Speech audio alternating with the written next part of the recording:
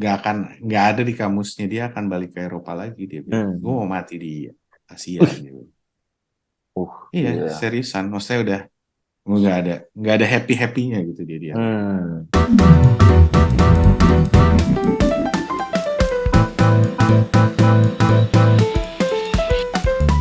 Hei, kelompok pencapir kelas Sabtu, apa kabar nih? Sehat-sehat? Sehat. Sehat. Nah, gue kebetulan agak batuk nih. Walafiat.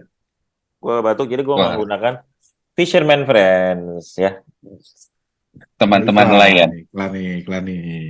Belum Ini jadi ada produk endorsan, khusus tapi nih. iya kita ini. Mungkin Pagoda Pastilas bisa masuk tadi. Betul.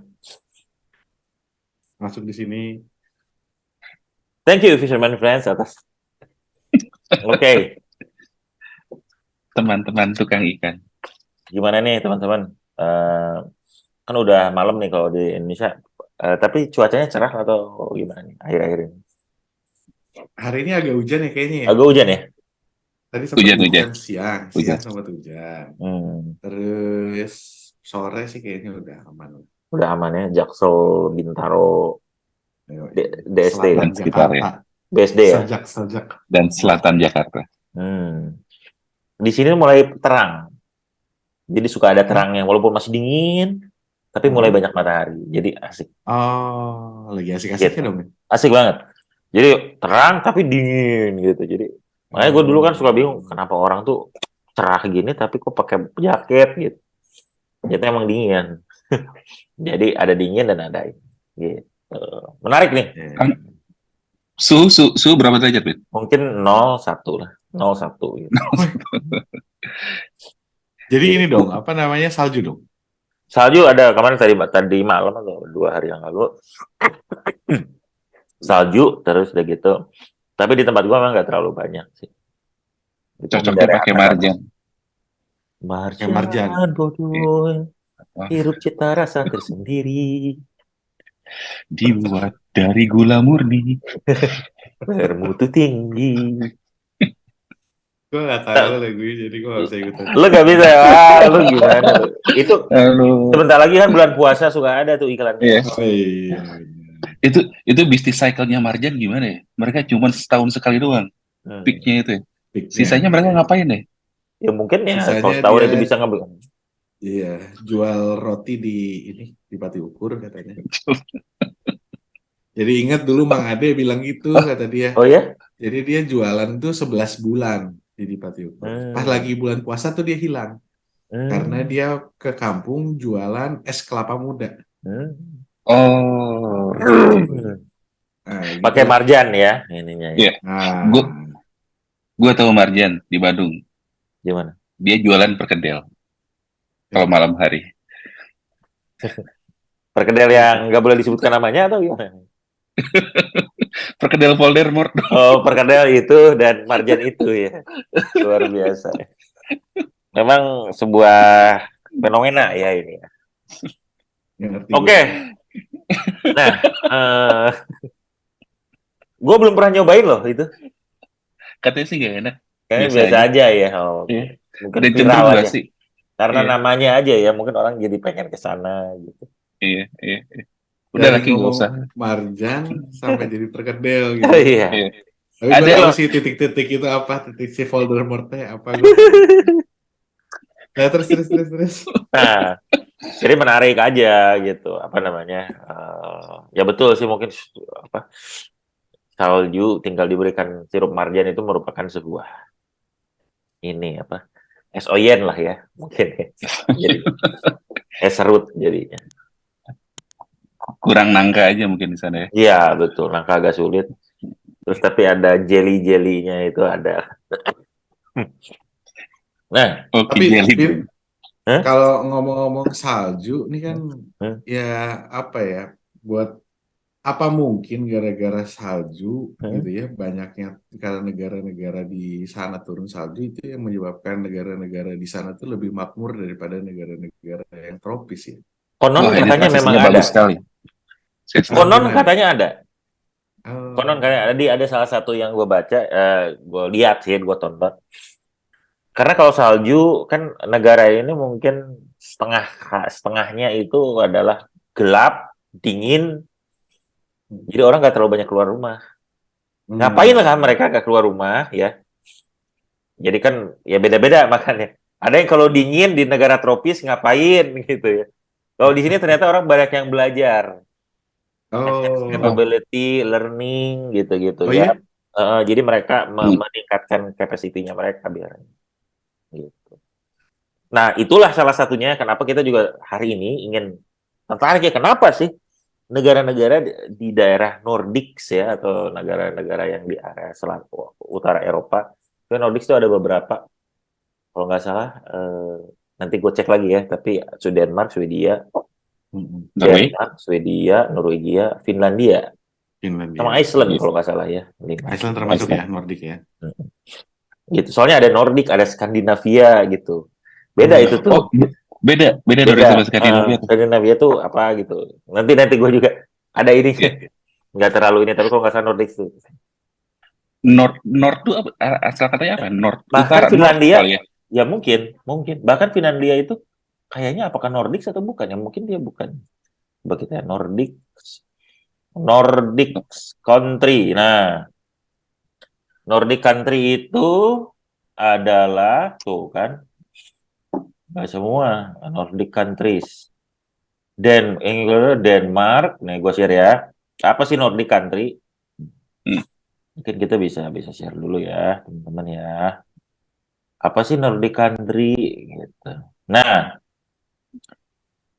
Denmark, Finland, Iceland, Norway, betul, Sweden, benar. betul. Dan ada Kepulauan Faroe, Greenland, dan ada Alane. Nggak tahu nih apa nih. Hmm, Kepulauan Faroe tuh ternyata di sini ya, Kepulauan Faroe tuh. Baru gua tahu juga. Faroe, Avero. Hmm, peran-peran antagonis. Nah, ternyata ya banyak yang suka menyebutkan kenapa nih apa namanya negara-negara Nordik itu kaya. Ya kan Hmm, sering diidentikan kalau Nordics itu negara-negara Swedia, Norwegia, Denmark gitu mahal hmm, gitu kan. hmm. Gitu. Kenapa sih mereka kaya? Nah, kita pengen coba melihat nih di sini beberapa. Nih teman-teman bisa lihat ya, ini salah satu partnya yang menarik itu. Ada sebuah video ini. Why are the Nordic countries very rich? Ya, ini kenapa ini juga gambarnya karena masih iklan. Gitu. Karena Terus YouTube-nya skip aja. tidak berbayar ya. Gitu. Nah, tapi banyak lah ya di sini yang pengen kita cerita. Kita pengen mungkin browse aja beberapa yang menarik di sini gitu. Yang tadi gue udah sempat lihat. eh ini salah satu yang pertama nih ya. Jadi mereka tuh memang berbeda dari zaman dulu ininya tuh apa namanya kerangkanya ya. Kalau di negara lain pemerintah itu punya banyak kuasa untuk bisa apa namanya misalnya kalau mau trade ya pengusaha atau para petani mau nge-trade itu kan biasanya ada portnya itu dikuasai oleh pemerintah sehingga harus bayar pajak apa segala macam. Karena letak geografisnya yang modelnya ini, mereka tuh bisa kalau ditahan di mana namanya di port satu ya bisa tinggal kemana, port di sini tinggal kemana. Jadi farmers itu bisa pindah aja, gue males di sini pajaknya apa namanya misalnya banyak-banyak ini bisa kemana-mana gitu, gitu karena ininya apa namanya karena posisinya. Jadi apa namanya government nggak bisa terlalu mengekang mereka karena kalau misalnya dia terlalu dikekang ya pergi juga gitu. Jadi udah banyak Hmm. apa namanya equality yang akhirnya membuat ini di sini government policy seperti ini. Di sini tuh government itu lebih ke supporting para farmers atau petani yang sehingga atau traders gitu ya mereka misalnya ada hasil alam apa untuk bisa berkembang dengan baik. Jadi si governmentnya itu apa namanya seperti justru surfing. Mungkin di mana-mana harusnya government seperti itu ya. Cuma Harusnya maksudnya survei ya. Iya. tapi Iya. dia tuh surfing, dia tuh kayak apa ya? Mungkin kayak vendor atau Ya penyedia infrastruktur untuk si bisnis itu gitu. Jadi positioningnya itu seperti gitu. Bayar tax banyak apa-apa segala macam. Jadi itu yang banyak tuh. Nah itu part yang apa Jadi namanya? jadi public servant dalam arti sesungguhnya ya. Betul. Hmm. Itu menarik nih jadinya gitu. Jadi mereka kerangkanya tuh bentuknya seperti itu. Nah, Tapi kalau gue ini Bin ya, ya kalau ya. nonton tadi gue juga sempat nonton Iya. videonya. Jadi memang tantangannya mereka tuh karena saking deket-deketannya negaranya satu sama lain sama negara lain gitu ya. Jadi sangat mudah buat rakyatnya untuk pindah-pindah sebenarnya gitu. Betul. Tinggal ngelangkah aja udah pindah negara gitu kalau di sana. Betul. Jadi apa namanya? Jadi government itu seperti apa ya? Saling rebutan hati gitu sama Betul. rakyatnya gitu. Jadi mereka Jadi itu kalau nggak bisa merebut hati rakyatnya ya rakyatnya pindah gitu. pindah, betul. Segampang itu gitulah gitu. Bargaining positionnya tuh Mm-mm. jadi cukup kuat lah gitu si Mm-mm. rakyat. Jadi Mm-mm. sehingga ya harus bekerja sama gitu antara Mm-mm. government sama rakyat gitu. Governmentnya jadi lebih serving tuh karena gitu gitu ya. Jadi lebih kolaboratif juga akhirnya ya. Maksudnya jadi ya betul lebih serving ya intinya sih mungkin seperti kayak gitu. Nah itu memang sebenarnya kalau di teorinya kan ada yang namanya collaborative governance tuh. Nah itu sebenarnya Gimana tuh? ya gitu artinya ya apa namanya pada saat aturan-aturan itu dibuat ya dasarnya adalah memang karena kebutuhan rakyat gitu ya dan kesepakatannya rakyat lah gitu ibaratnya antara rakyat dengan government pelaku industri gitu sama government gitu. Makanya yang diceritain juga sebenarnya di sini pada saat misalkan si negara berpikir bahwa kita kalau kita pengen naikin pendapatan negara kita harusnya kita menciptakan hasil-hasil negara kita yang dibutuhkan dari negara-negara besar karena jumlah penduduknya kan sedikit ya Sedikit, sebenarnya betul. Nordik ini. Betul. Sementara di bawahnya mereka tuh ada Eropa Tengah yang Betul. jumlah penduduknya besar-besar, ada Banyak. Inggris, ada Jerman apa segala macam, Rusia gitu ada di sana juga. Sampai Eropa Timur gitu ya. Nah, jadi kan harus bersinergi ya antara pemerintah sama rakyat gitu. Rakyat, betul. Kalau Pengusaha enggak lo juga. nggak survive gitu. Jadi ya janjian lah ibaratnya. Oh kita harus bikin, harus naikin sumber daya alam ini nih karena dibutuhin sama di sana gitu. Betul. Oke. Untuk bisa itu butuh apa? Oh kita harus bikin infrastrukturnya, ininya, beli mesinnya, apa segala macam. Nah itu government yang sediain karena modalnya rakyat juga mungkin nggak cukup gitu ya untuk ngebangun infrastruktur sebesar itu. Gitu. Jadi benar-benar kolaborasi banget lah gitu mereka untuk mencapai tujuan bersama gitu. Betul. Beda mungkin sama negara-negara yang Lain, mungkin ya? lebih feodal gitu ya Betul. ibaratnya yang lebih pemerintah berpikirnya apa dia ngedorong atau dia memerintahkan atau dia membuat aturan seperti itu. Tapi kalau gue lihat ya kayak negara-negara Asia tuh dari waktu ke waktu khususnya di Indonesia lah gue nggak bisa bicara negara lain. Sebenarnya Indonesia pun mulai makin kolaboratif Betul. sampai sekarang gitu. Jadi kita tuh udah mulai berubah cara berpikir rulingnya tuh udah nggak ruling kalau dulu kan ya kerajaan ya mungkin ya nuansa raja dan rakyat biasa itu juga masih ada gitu di kita gitu. Tapi pelan-pelan sebenarnya mulai bergerak juga sih gitu. Ya itu juga ada pengaruh karena kita adalah negara koloni ya tadinya yang cukup lama gitu. Betul. Bin, tapi ada yang menarik bahwa yang dari penjelasan pertama lu bahwa dengan adanya mobility di antara negara Nordics yang menyebabkan setiap bagian masyarakat bisa berpindah ke negara-negara yang lain, menyebabkan negaranya jadi insecure ataupun jadi kayak merasa harus nge-treat lebih gitu ya. Ini kan sebenarnya kalau dipikir sama kayak free market gitu ya. Betul. Competition mengakibatkan adanya competitiveness gitu ya. Jadi masing-masing jadi berusaha untuk meningkatkan service yang lebih baik untuk nge-serve gitu ya. Betul. Berbeda halnya kalau misalkan negara yang emang cuma kayak dia single ruling di satu area gitu ya. Jadi ya dia kan nggak punya pesaing sebetulnya. Ya terserah gue mau ngaturnya kayak gimana, sebodo amat kan kayak gitu ya. Menarik juga ya. Menarik ya. Iya. Jadi harusnya government dibuat kompetisi ya, seperti bisnis. Nah, bagus juga. Jadi siapa yang serve lebih baik ya pindah aja ke situ. Tapi ya mungkin juga udah mulai kerasa ya. Mungkin dengan kalau misalnya contoh Indonesia bukan kerasa ya, cuman bisa kita lihat lah gitu. Jadi kalau kayak mau buka bisnis, buka pabrik aja kan kita kadang-kadang suka lihat, oh di mana tempat yang lebih kondusif lah, kondusif misalnya. Beberapa aja kan kayak sekarang nih ya, coba teman-teman, aduh Jakarta macet, gue pengen pindah ke Bali, udah bisa kan? Maksudnya itu tuh udah wacana kayak gitu tuh udah suka banyak lah gitu kan. Iya. Betul, betul. Oh, gue nggak mau lagi tinggal di kota besar, gue pengennya tinggal di kota itu karena misalnya, nah itu udah bermunculan lah. Gitu. Ya mungkin kayak gitu. Gue juga malas juga ngapain kalau misalnya. Gitu. So itu dari si government policies-nya jadi berasa seperti gitu. Ini menarik juga nih si government policies-nya jadi lebih kolaboratif, saling mendengarkan lah. Yang gue capture juga dari mereka saling mendengarkan. Government-nya mendengarkan dari para pebisnis karena pebisnis lebih tahu katanya gitu. Terus mendengarkan sama pekerja karena pekerja lebih tahu juga mengenai apa yang mereka butuhkan. Gitu. Jadi mereka tuh mau mendengarkan, saling mendengarkan. Jadi oke, ini yang paling bagus kayak gini nih, kurang lebih kayak gitu.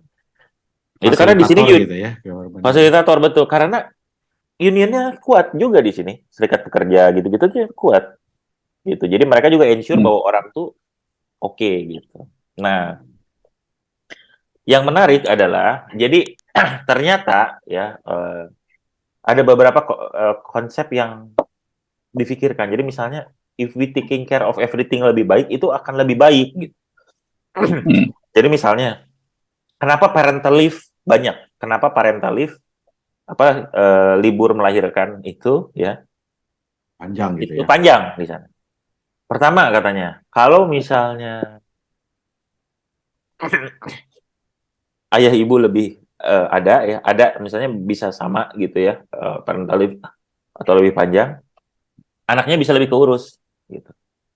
Nah, kalau anaknya lebih keurus ya terus sudah gitu artinya nanti tumbuh kembang anak itu akan lebih baik. Kalau anak tumbuh kembang lebih baik, capability-nya lebih baik, negara juga jadi lebih baik karena punya orang-orang dengan capacity lebih baik. Kalau negara lebih baik, perusahaan lebih baik, produktif lebih baik, ya semua jadi lebih baik gitu. Nah, itu tuh dipikir, maksudnya pemikiran mereka tuh, oh gitu ya. Jadi kerangkanya menarik gitu menurut gue. Gitu. Jadi itu salah satunya. Nah, ini yang masuk ke poin berikutnya yang menarik dari gue itu adalah cost of poverty. Jadi ternyata eventually kemiskinan itu biayanya sangat mahal. Ya. Kemiskinan itu ya. Jadi dia tuh di video itu menunjukkan memberi contoh dengan orang yang punya sakit polio. Kalau orang sakit polio nggak divaksinasi, nggak di-prevent gitu ya, dia akan jadi orang yang mungkin nggak bisa maksimal karena polio. Karena nggak bisa jadi jadi beban. Terus kalau misalnya jadi beban, ya susah karena nggak ini kan nggak efek nggak produktif gitu. Itu satu. Terus kalau misalnya ada kemiskinan juga kan, kalau orang kelaparan pilihannya cuma dua, kelaparan sampai meninggal, kedua nyolong gitu. Nah kalau nyolong banyak ininya costnya harus orang yang dicolong ya misalnya lu adalah di situ dibikin toko rotinya dicolong, dia harus bikin lagi roti baru, harus bilang ke pemerintah ini gue dicolong, harus ada pengamanan, harus ada ini, harus ada wah jadi banyak gitu. Itu costnya sangat tinggi gitu. Nah gimana kalau kita prevent aja poverty gitu, gimana caranya? Jadi daripada lu mengeluarkan duit misalnya 200 juta untuk the whole pengamanan biar nggak ada pencurian, bayar aja misalnya 10 juta untuk gimana lu biar yang nggak miskin gitu. Welfare lah misalnya, terus education apa segala macam.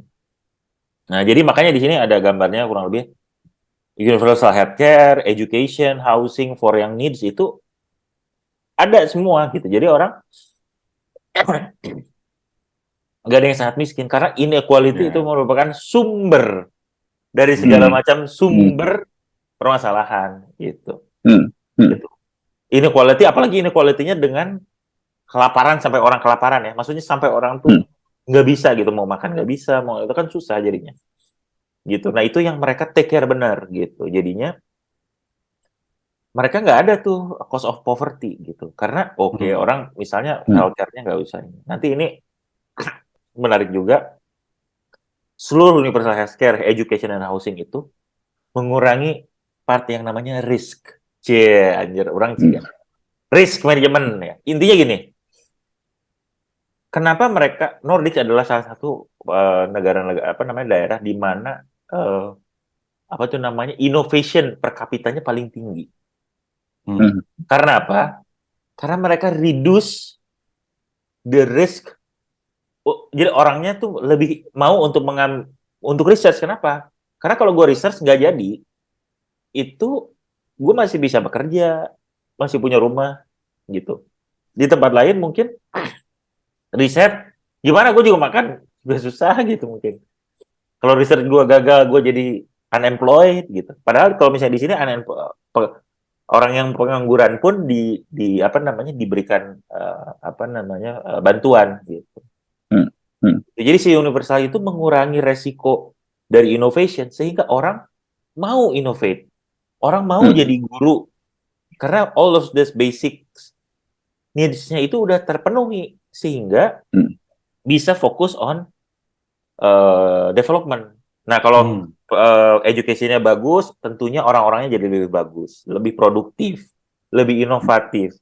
Ya, jadi kesemuanya lebih baik itu membuat negara lebih baik, company lebih kompetitif, lebih produktif, negara lebih maju, dan negara apa untungnya negara? Negara bisa ngambil teks lebih banyak lagi.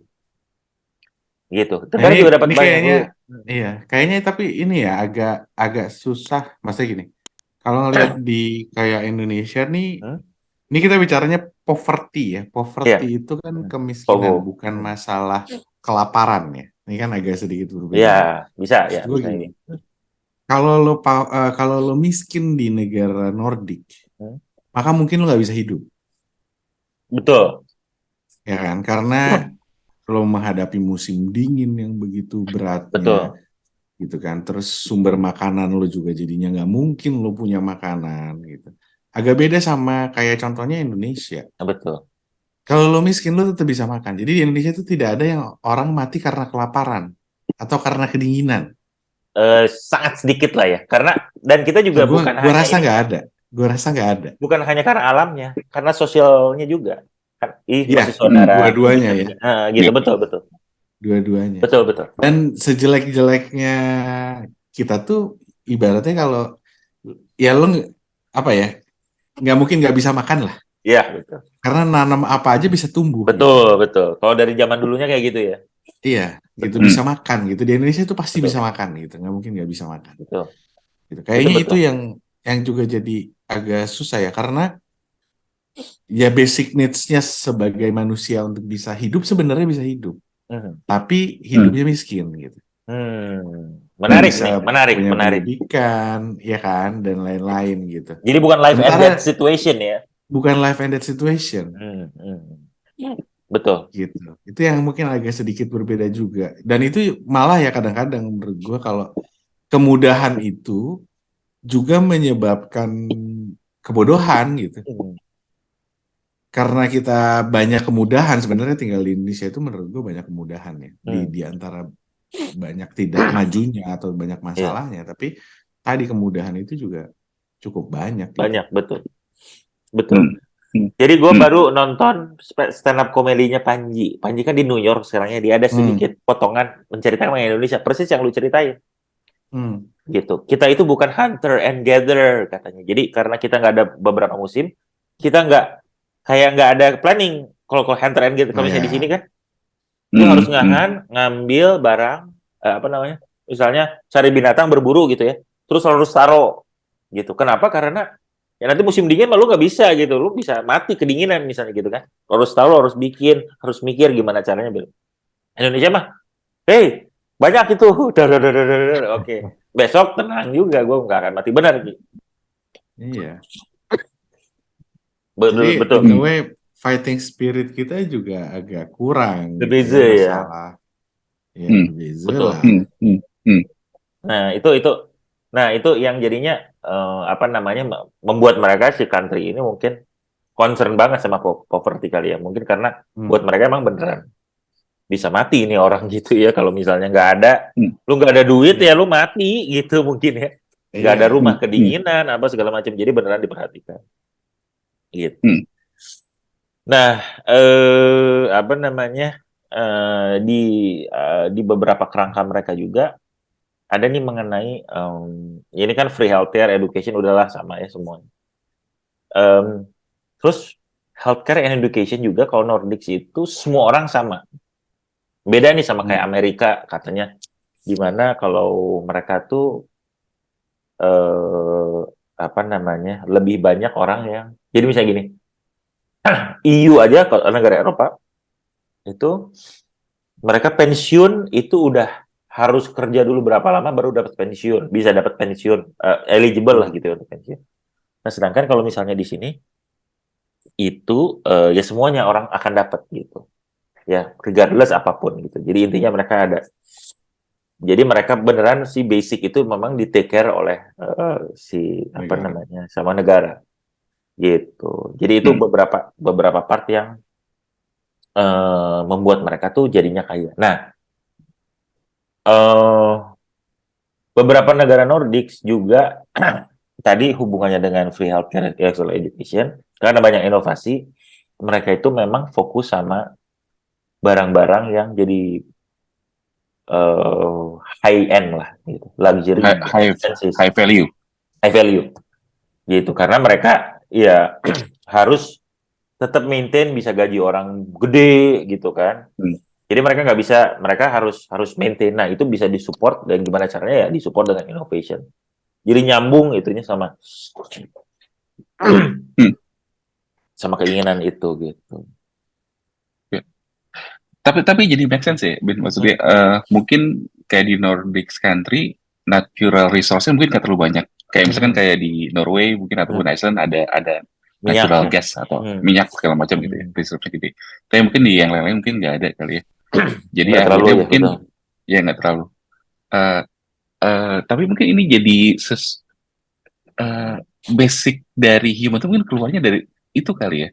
Pada Gimana saat tuh? kita pada saat kita dikasih limitasi, pada saat kita diberikan challenge dengan resource yang terbatas, dengan harsh natural condition, misalkan dengan ada 4 musim segala macam, kita akhirnya jadi berusaha lebih keras untuk memenuhi dan untuk survive gitu ya. Betul. Orang suka bilang bahwa negara yang di ekuator tuh kena apa ya, natural resource trap gitu ya, kayak ayam mati di lumbung padi. Tapi mungkin sebetulnya ya keadaannya memang tidak memaksa kita untuk betul-betul harus apa ya, survive untuk menghindari kematian, kayak yang tadi lu bilang bahwa kita nggak akan mungkin mati karena kedinginan, karena kalau misalkan di musim dingin pun ya paling cuma kehujanan tinggal neduh gitu ya, nggak akan sampai mati karena kehujanan gitu, frostbite karena salju gitu ya. Panas pun nggak terlalu panas gitu ya, insya Allah sih mungkin tetap bisa hidup-hidup aja gitu, asalkan bisa jaga diri. Iya, benar. Jadi push tuh itunya memang berbeza ya. Jadi berbeza. Jadi mungkin itu bisa ya. Cuman itu memang kayaknya heritage kita ya, sebagai ini. Cuman dengan sekarang ya, dengan kondisi sekarang, gue juga lagi mikir ini seperti kayak gimana ya. Mungkin kalau kondisi sekarang kita kan udah cukup aware lah ya, maksudnya. Di dunia modern ini kan mungkin semuanya harus di-plan, harus ini ya, maksudnya kita nggak bisa juga, maksudnya kita understand our ini ya mungkin background, cuman kita juga perlu melihat sebenarnya gimana apa namanya baiknya. Sampai akhirnya ada beberapa yang menarik juga dari mereka itu ya. Sebelumnya mereka juga banyak turis gini, mereka itu juga fokus terhadap apa yang jadi strength-nya mereka. Gitu. Jadi mungkin innovation. Mereka juga ada misalnya kayak dulu tuh Swedia kalau nggak salah steel apa iron apa ya besi Ya, gitu ya. jago bikinnya gitu gitu. Jadi mereka tuh fokus juga sama ini. Nah mungkin salah satu yang mungkin kita bisa coba lihat juga reflect untuk kita sendiri sih adalah em, kita apa nih ininya ya strength strength dari kita tuh juga seperti kayak gimana gitu ininya apa namanya approach dari berbagai macam hal ya Hmm. baik dari kultur gitu budayanya kan kita kayak gimana karena banyak jokesnya oh kalau misalnya welfare itu bukan budaya Indonesia adalah titik gitu lebih ke jokes ya Ya, menarik tapi ya, ya. Eh, tapi mungkin satu hal yang menarik lagi bahwa Nordics itu kan punya tax rate yang relatif lebih tinggi lah ya dengan betul Scandinavian modelsnya itu. betul Gue nggak tahu bisa katanya bisa di atas dari 50%. Sedangkan kayak misalnya di Indonesia kan paling maksimum berapa sih 35 betul 40 ya. betul 5 lah ya gitu ya.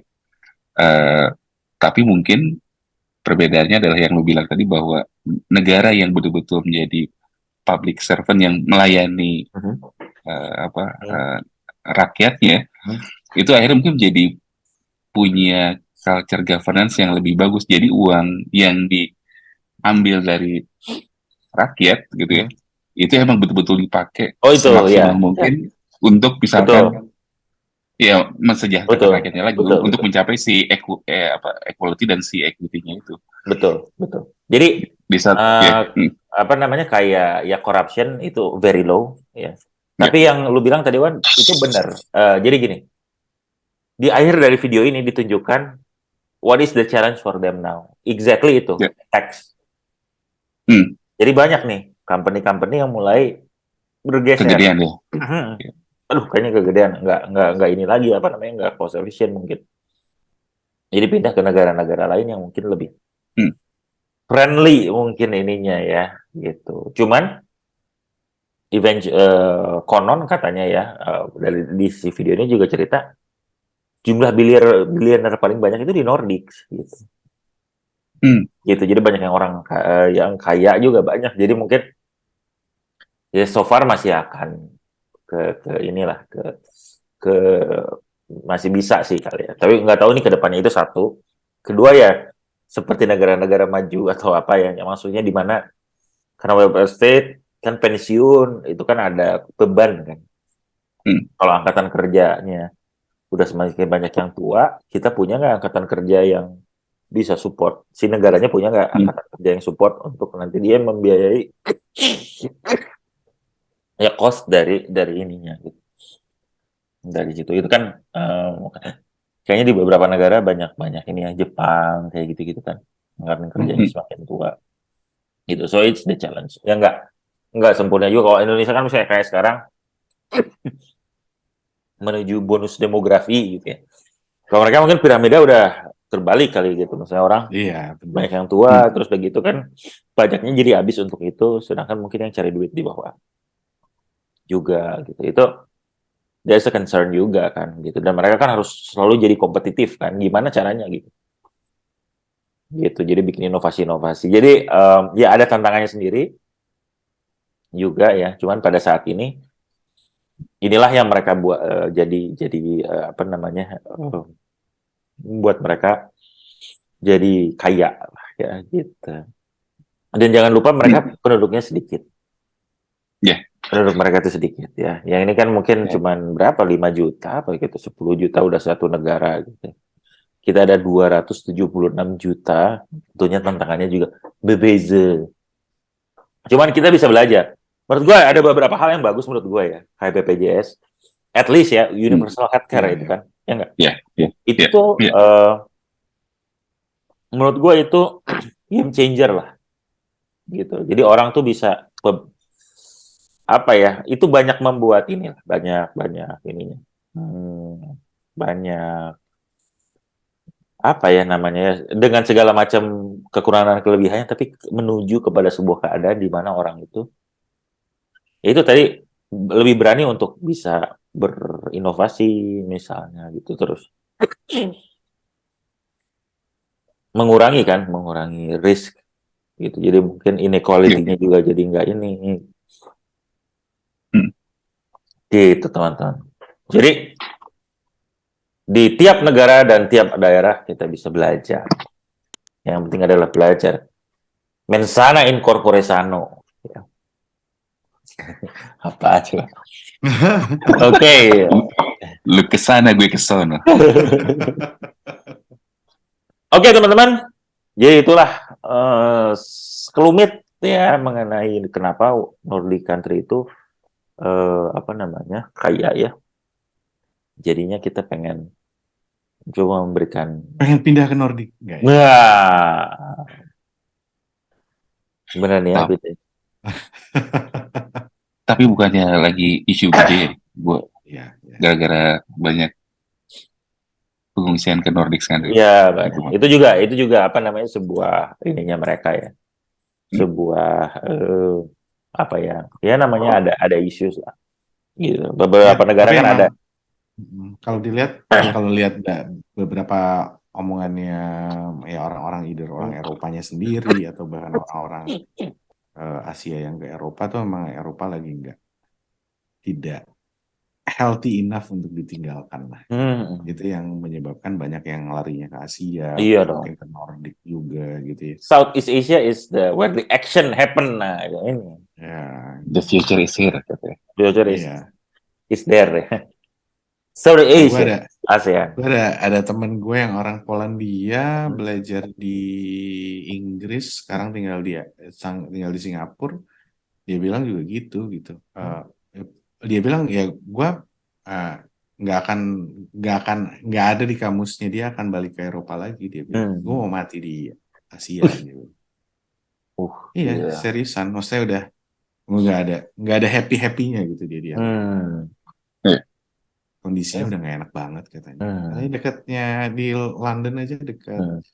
Ya di daerah-daerah yang tengah tuh udah berantakan banget lah gitu katanya. Udah nggak healthy banget. Katanya ya, gue juga kesana belum pernah gue ke Inggris. Jadi memang ada banyak ininya lah, apa namanya, tantangannya untuk tiap negara-negara ya. Cuman ini bisa jadi kita referensi ya untuk teman-teman. Kira-kira mungkin bisa kita menuju ke arah sana apa segala macam. Kita tuh udah super oke. Menurut gua progression kita tuh lumayan ini loh, apa namanya, asik banget gitu. Dari sisi teknologi, governance, apa segala macam tuh kita sangat inilah. Maksud gue bukan patut berbangga ya, tapi ya mungkin bisa patut berbangga sih ya. Maksudnya di banyak area ya itu kita bisa banyak berbicara lah. Talent kita juga semakin keren-keren gitu. Orang Indonesia yang ada di mana-mana itu semakin banyak dan semakin kompetitif juga. Jadi next is kerajaan yang paling besar apa? Sriwijaya ya. Yang paling luas itu apa? Majapahit yang paling luas. Iya. Oke, teman-teman. Sumpah palapa. Karena Nusantara udah kan mungkin kita saatnya gitu untuk bisa lebih berkontribusi di kancah regional maupun global ya nggak Ki? Iya, kita udah berkontribusi saat gitu.